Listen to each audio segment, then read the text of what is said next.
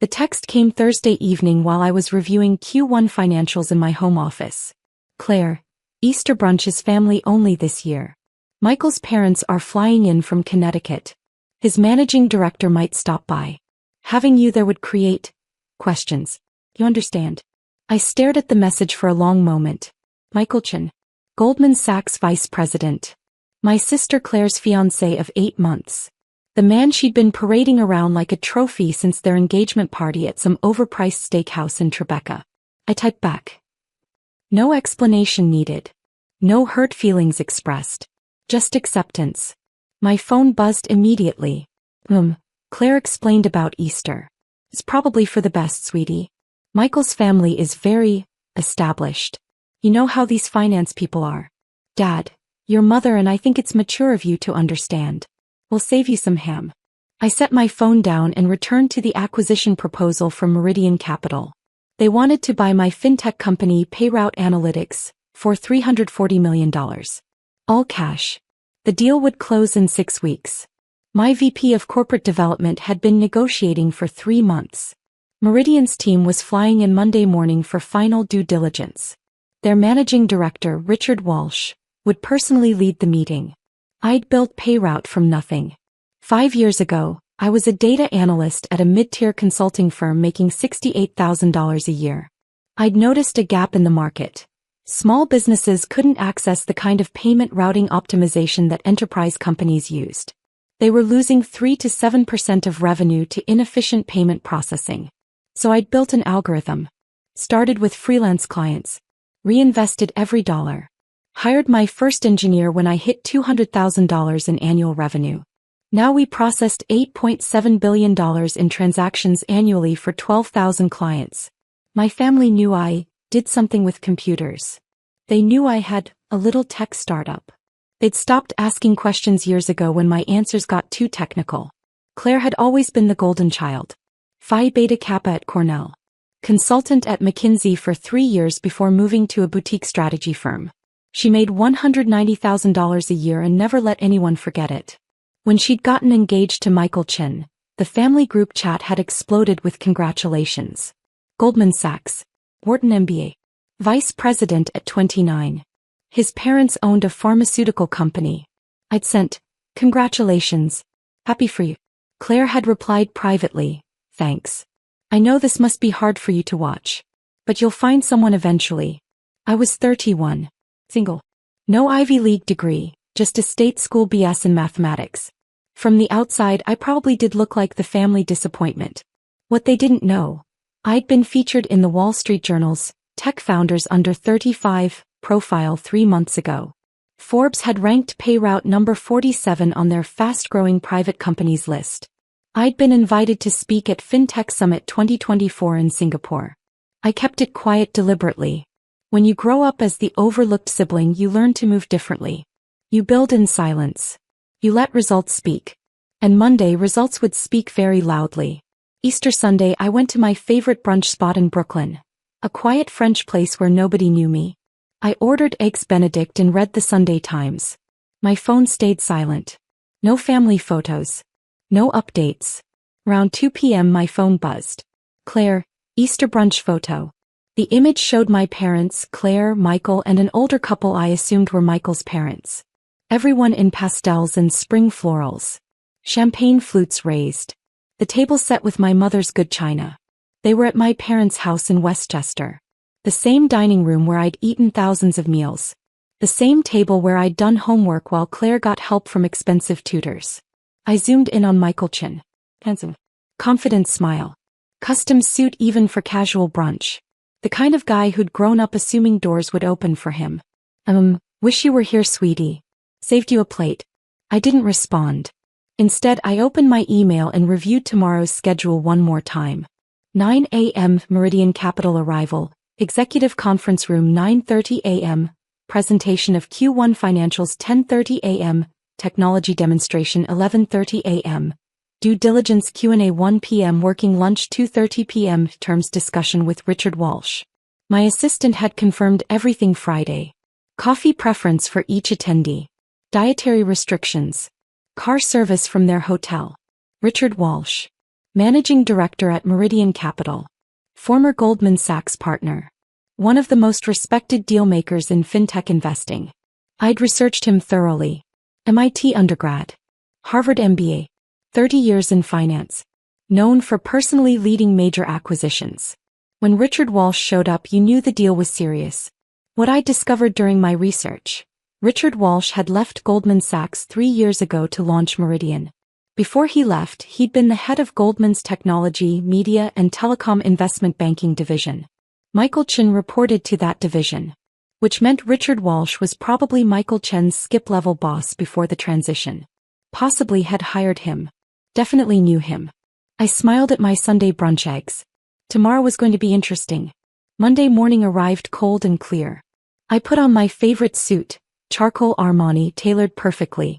Red statement heels. Hair pulled back in a sleek ponytail. The Wall Street Journal profile had described my style as understated power. I liked that. My driver picked me up at 7:30. Payroute's headquarters occupied 3 floors of a renovated building in Soho. Exposed brick floor-to-ceiling windows, modern furniture. We designed it to impress. I arrived at 8:15.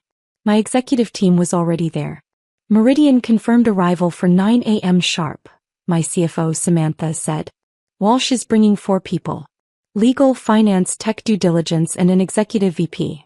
Perfect. Presentation loaded. Ready to go. Q1 numbers are stellar.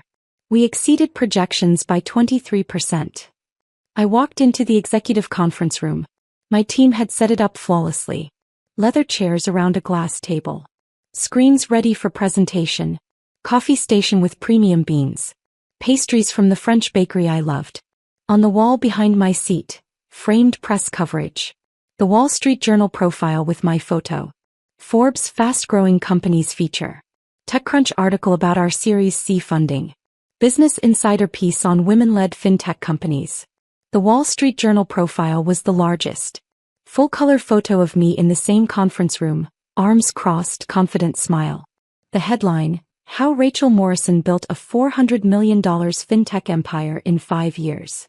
I changed my last name legally at 25. Morrison was my maternal grandmother's maiden name. My family still knew me as Rachel Chen. Yes. Same last name as Michael. Common Chinese surname. Pure coincidence. Or perhaps fate had a sense of humor. At 8:55 reception called.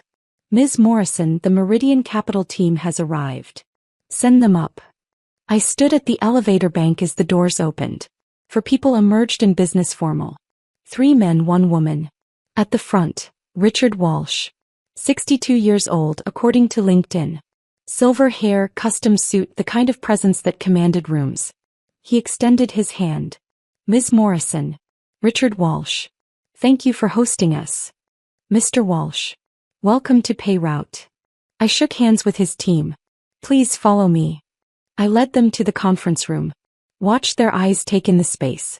The press coverage on the walls. The panoramic view of downtown Manhattan. Impressive operation, Walsh said, settling into a chair.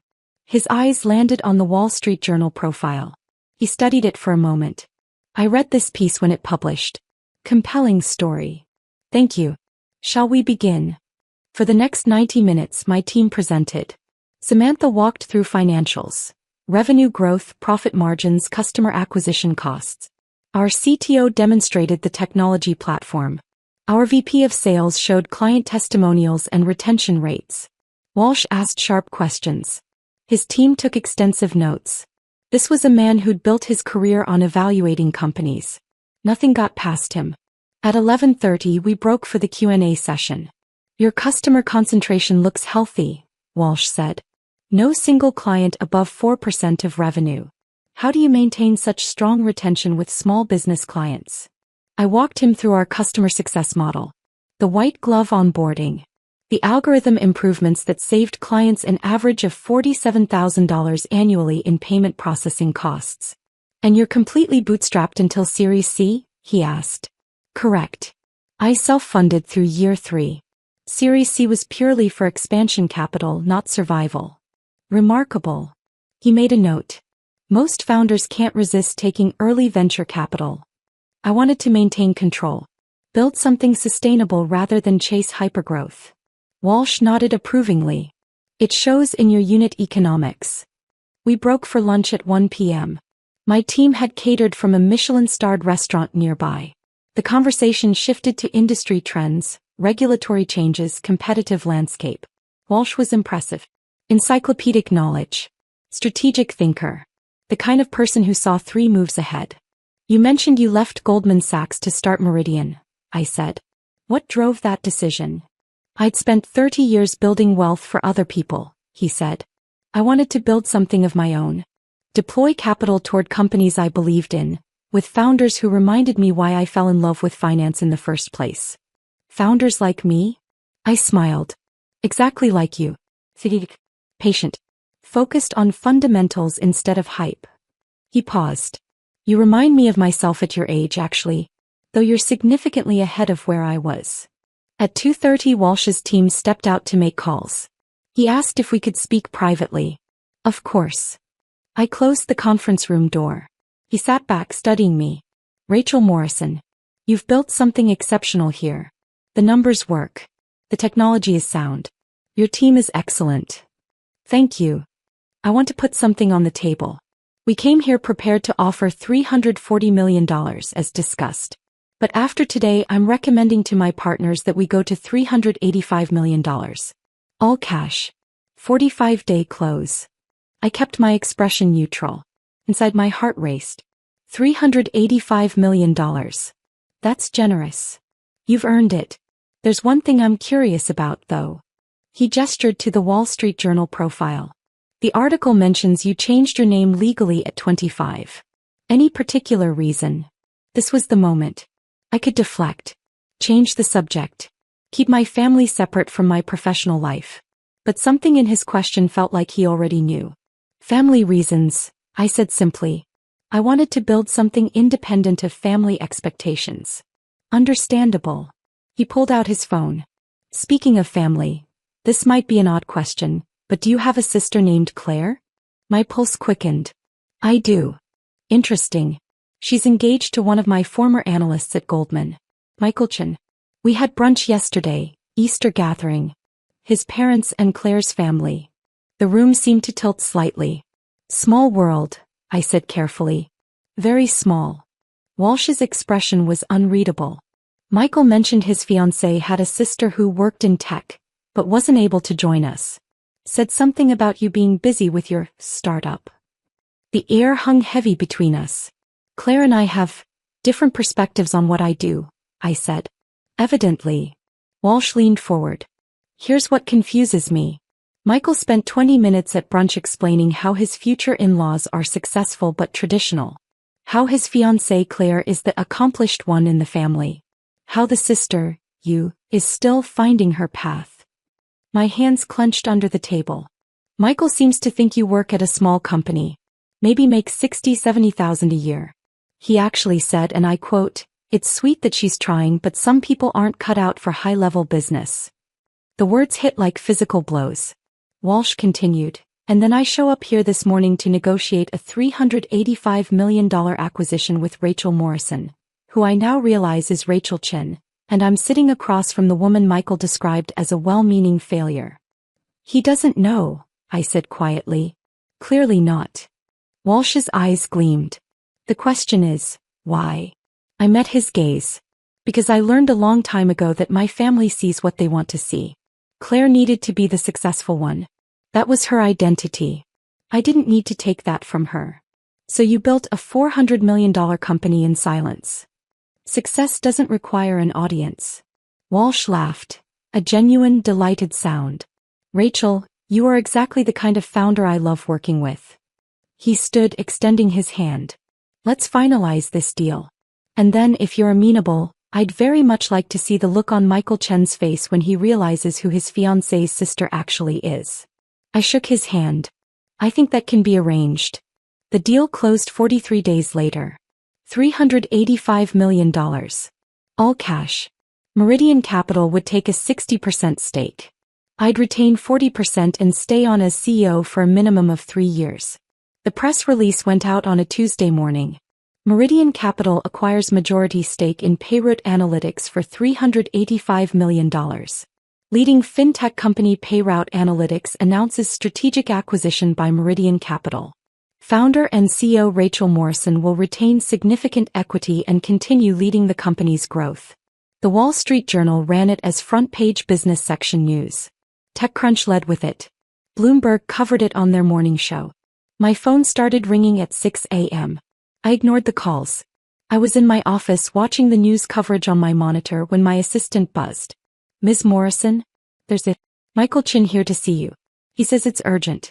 He doesn't have an appointment. I checked my watch. 9:47 a.m.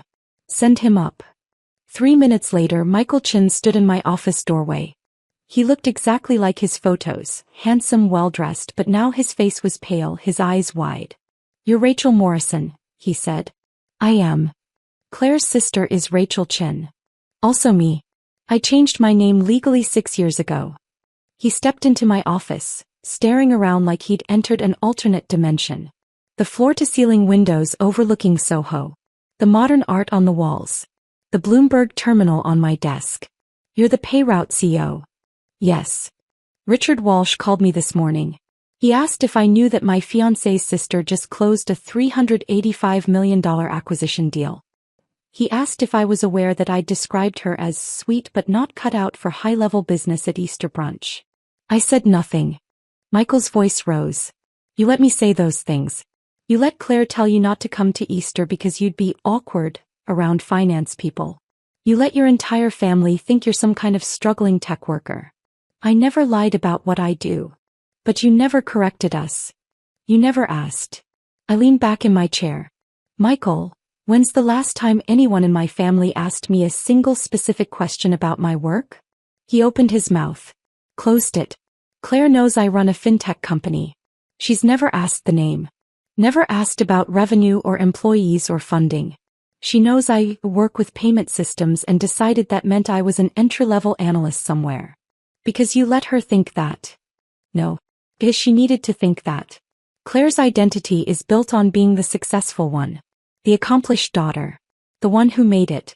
If I had told her the truth, that I built something worth $400 million while she was climbing the corporate ladder, it would have shattered her self-image. So you protected her ego by hiding your success? I protected my peace by not making my success her crisis. Michael stared at me. Richard Walsh thinks this is hilarious, by the way. He's telling everyone at Meridian about Michael Chen's fiancée whose awkward sister just became wealthier than everyone at the Easter table combined. Your concern seems to be about your professional reputation, not Claire's feelings. His face flushed. Do you have any idea how this makes me look? I vouched for Claire's family being normal, middle-class, respectable.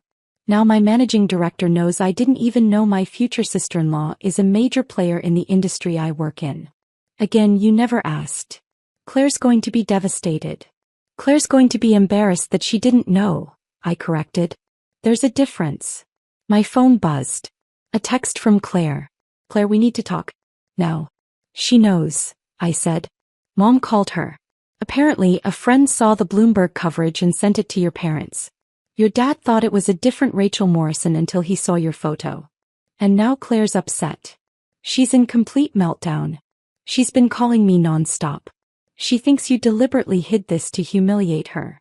I hid it to avoid exactly this conversation. You should have told us. Why? I stood walking to my window. So you could all treat me differently? So Claire could feel threatened? So my parents could suddenly be interested in my life after ignoring it for 30 years? I built this company because I'm good at what I do, not because I needed my family's validation. Family shares these things, Rachel. I turned to face him. Michael, let me ask you something. When you started dating Claire, she told you all about me, right? What did she say? He hesitated. Let me guess. My sister works in tech, but she's not really successful. She's still finding herself. Sweet girl, but not driven like me. His silence was confirmation. And you never thought to question that? Never thought it was strange that a 31-year-old woman in the New York tech scene might have accomplished more than Claire assumed. I trusted Claire's assessment. Exactly. You trusted her need to be superior more than you trusted the possibility that I might be competent. I walked back to my desk. Michael, I don't blame you. You saw what you expected to see. But don't stand in my office and tell me I owed you disclosure when you never bothered to look. He stood there, visibly wrestling with something. Richard wants me to bring Claire to dinner this Friday. You, him, his wife, me and Claire. He says it's important for family dynamics in the deal. That's not about family dynamics.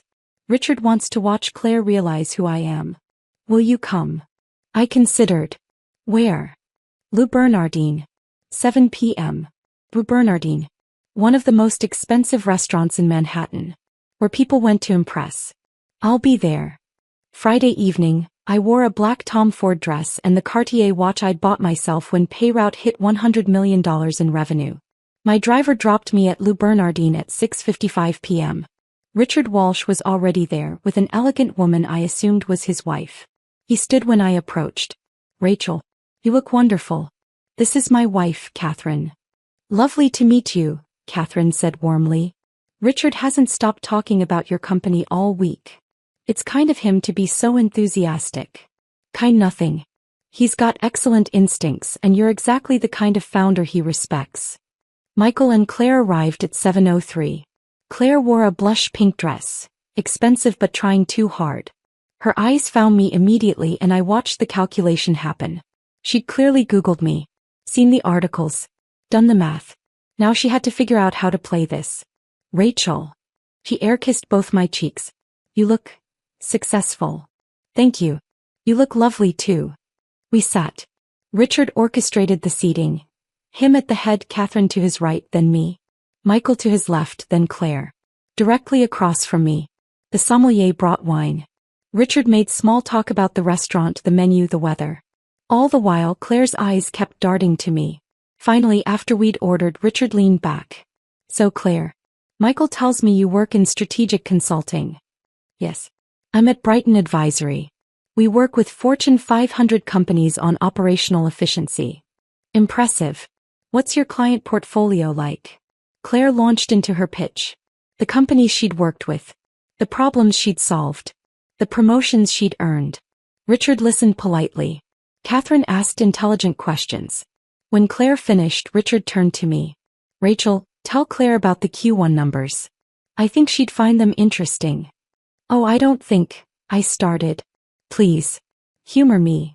I set down my wine. Q1 revenue was $127 million. We exceeded projections by 23%. Processed $2.4 billion in transactions. Added 847 new clients. EBITDA margin held at 34%. Claire's face froze. And the expansion plans? Richard prompted. We're opening European operations in Q3. Already have regulatory approval in the UK and Germany.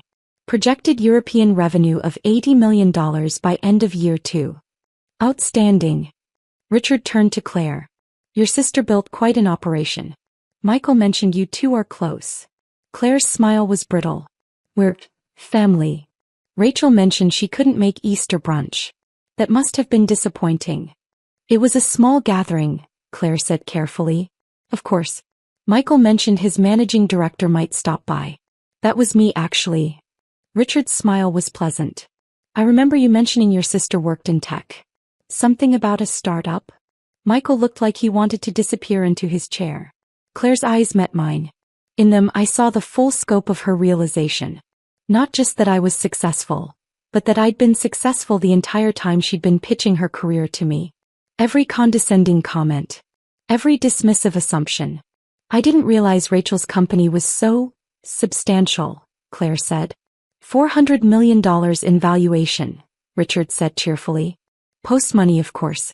With the acquisition, she's now one of the most successful fintech founders under 35 in the country. That's wonderful, Claire managed. And she did it while you were telling people she was finding her path, Richard added, his tone still pleasant but his eyes sharp. That must be quite a revelation. The table fell silent. Catherine cleared her throat delicately. Richard, darling, I think we've made our point. Have we? Richard took a sip of wine. Because I'm curious, Claire. When was the last time you asked your sister about her work? Really asked. Not assumed but inquired. Claire's face flushed. We don't really talk about work. No? That's interesting. Because Michael mentioned you spent quite a bit of time at Easter explaining your career to my wife and me. But when it came to Rachel, the description was, what was it, Michael? Michael looked miserable. I said she was still figuring things out. Right. Still figuring things out. Richard looked at me. Rachel, when you founded Payroute, what year was that? 2019. 5 years ago. And Claire, how long have you been at Brighton? 4 years. So Rachel was already building a company when you started your current position. And in those 5 years, you never once asked her how it was going? Never checked revenue? Never asked about funding or growth? She never mentioned it was successful. Claire's voice rose slightly. Did you ask if it was? Silence. I set down my fork. Richard, this isn't necessary. Isn't it? He looked at me seriously. Rachel, you're about to become a significant figure in this industry. The deal we closed will make headlines for months. You'll be speaking at conferences, featured in magazines, courted by investors. And your family didn't even know you existed professionally. That was my choice. Was it? Or was it easier to let them underestimate you than to challenge their assumptions? The words hit harder than I expected. Catherine reached across the table, touching my hand gently. What Richard's trying to say in his characteristically blunt way is that you deserve to be seen. Not just by us but by the people who are supposed to know you best. I looked at Claire. Really looked at her. She wasn't angry. She was shattered. Her entire self-concept, the successful daughter, the accomplished one, the family star, had been built on the foundation of being superior to me. And that foundation had just been revealed as fiction. I'm sorry, I said quietly. Claire's eyes widened. You're sorry. I let you build an identity around being better than me. That was unkind. I could have corrected you years ago. I didn't because it was easier to let you have that than to deal with the fallout. But you are better than me, Claire whispered.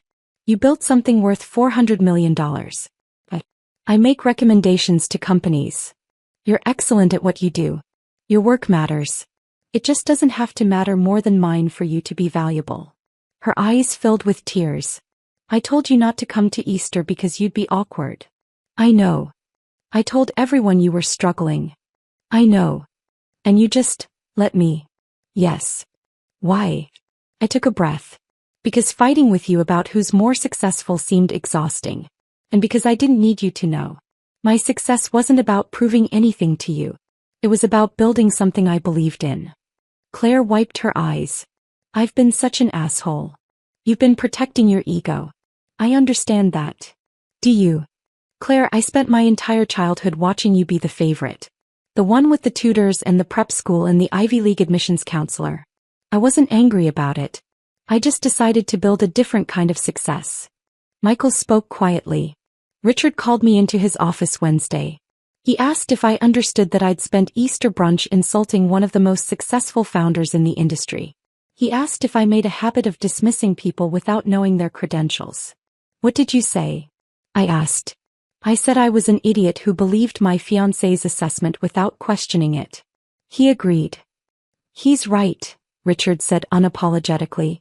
Michael, you're a bright analyst. But you have a blind spot when it comes to assuming competence. You assumed Rachel was unsuccessful because Claire told you she was. You never verified. In our industry, that's a fatal flaw. I know, sir. Do better. I will. Richard turned to Claire. And you're talented at your job. But talent without humility is just arrogance. Your sister built something extraordinary while you were convinced she was failing. That should teach you something about assumptions. Claire nodded, tears still streaming. The dinner continued, awkward but honest. We talked about Payroute's future. Claire asked questions, real questions, about the technology, the business model, the growth strategy. I answered them. By dessert, the tension had shifted into something else. Not resolution exactly, but the beginning of actual understanding. As we left, Claire pulled me aside. Can we have coffee? Just us. I need to actually know you. Not the version I invented. I'd like that. And Rachel, I'm sorry. For all of it. The dismissiveness. The assumptions. Telling you not to come to Easter. I forgive you. Just like that. Claire, holding grudges takes energy I'd rather spend building things. She laughed through her tears. You really are better than me. No. I'm just different. And that's okay. 3 months later, Payrout's European expansion launched successfully. Claire attended the celebration dinner I hosted. She brought a gift, a framed photo from Easter brunch but photoshopped to include me at the table. Revisionist history? I asked, smiling. Corrected history, she said. This is how it should have been. Mom and Dad had called after the Bloomberg article. Dad cried. Mom asked 1,000 questions. They wanted to understand finally who I'd become while they weren't looking. I told them. Patiently. Honestly. Were we fixed? Well, families don't fix in 3 months. But we were honest. And that was a start. Michael sent me a client referral. A Goldman Sachs portfolio company that needed payment optimization. I gave them a friends and family discount. The relationship between us would always be slightly awkward, but it was functional. Richard Walsh became a mentor. He introduced me to contacts, advised on strategy, and never once let me forget that success was meant to be visible. Stop hiding, he told me over coffee one morning. You built something incredible. Let people see it. So I did. I accepted the speaking invitation at FinTech Summit 2025. I did the Fortune magazine cover story about women in tech. I let the Wall Street Journal profile my journey from overlooked daughter to industry leader. And when people asked why I'd kept quiet for so long, I told them the truth. I wasn't ready to be seen until I was sure of who I was. Success doesn't require an audience. But once you're certain of your foundation, there's power in letting people witness what you've built. Claire called me the night the Fortune cover released. You look incredible, she said. Thank you. I'm proud of you. I should have said that years ago. You're saying it now. That matters. Rachel. Yes. Next Easter. You're coming. No excuses. And I'm telling everyone exactly who you are. I smiled. I'd like that. Because ultimately that's what I'd learned. You can build success in silence. You can protect yourself by staying small in others' eyes. You can avoid conflict by accepting their limited vision of who you are. But there's a profound freedom in being fully seen. Not despite your success but because of it. My family thought Easter brunch was too sophisticated for me. They thought Goldman Sachs people were above my understanding. They thought I needed to be protected from my own inadequacy. They were wrong. And now they knew it. Not because I'd fought to prove them wrong, but because I'd built something so undeniable that the truth revealed itself. Richard Walsh had been right. Success doesn't require an audience. But it's so much sweeter when the people who underestimated you finally see who you've become.